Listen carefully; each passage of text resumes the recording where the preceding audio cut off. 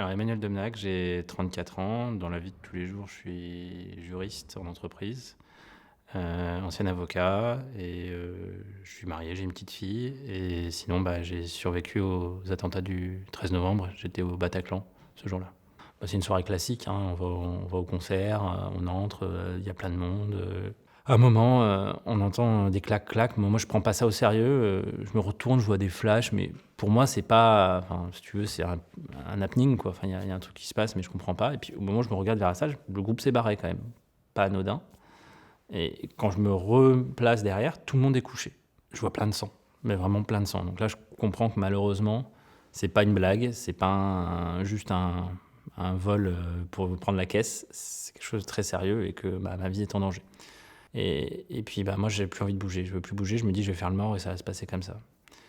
Et au bout de, je sais pas, 5, 6, 7, 8 minutes, je suis pas capable de le dire, quelqu'un dit, ils vont monter, ils vont nous tirer comme des lapins. Et à ce moment-là, je sais pas, je me mets avec d'autres, on se dit go, go, go, et on se met à courir.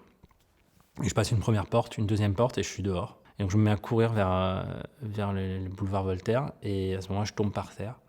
Et je perds mes lunettes. Et du coup, je prends peur et là, je me fige en fait. Et à ce moment-là, en fait, il y a un grand mec qui m'appelle, qui me dit: «Qu'est-ce que tu fais? Tu vas te faire tirer dessus», et qui me ramène dans un hall d'immeuble. Et puis finalement, à minuit, les flics sont venus nous chercher. On a été transportés. Moi, j'étais transporté au 36, puis j'ai témoigné 2 fois, 3 fois. Et à 5 h du mat, je me suis retrouvé tout seul à devoir choper un taxi avec 10 euros en poche, mon t-shirt et mes fringues tachées de sang, pas du mien. Et voilà, j'ai retrouvé ma femme, mon chat, et la vie continue. L'importance de témoigner pour moi, c'est de ne pas oublier déjà ce qu'on a vécu quand même. Parce que je sais que c'est légitime, au bout de 5 ans, on a envie de tourner la page. Maintenant, c'est dans les livres d'histoire, et voilà. De ne pas oublier ce qu'on a vécu, et puis surtout, en fait, de transmettre un message.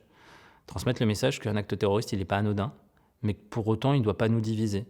Et qu'aujourd'hui, j'ai peur, c'est ma grande peur, qu'en final, le venin qui a été diffusé par les groupes terroristes à ce moment-là, il continue à se diffuser dans la société, il continue à nous diviser entre finalement une partie de la population qui est ciblée parce qu'elle partage la religion que revendiquent les terroristes, et une autre partie de la population qui a cette haine entre elles. Et je pense qu'il ne faut pas céder à l'appel de la haine, il faut qu'on se montre qu'on est plus fort, que finalement on est une démocratie, qu'on sait se battre, et qu'il ne faut pas qu'on renonce à nos principes parce que y a des mecs qui ont tué sans raison 130 personnes.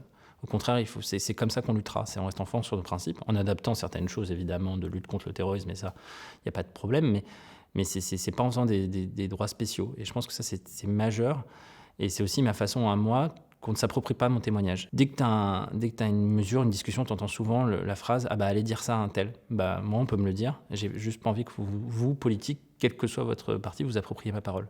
Donc c'est ma parole, et bien sûr, il y a d'autres victimes qui pensent différemment que moi, mais pour moi, elle compte, parce que comme ça veut dire que ils ne l'emporteront pas. Ce qu'ils veulent, c'est-à-dire finalement diviser notre société, c'est ce qu'ils cherchent, et moi, je ferai tout pour l'empêcher.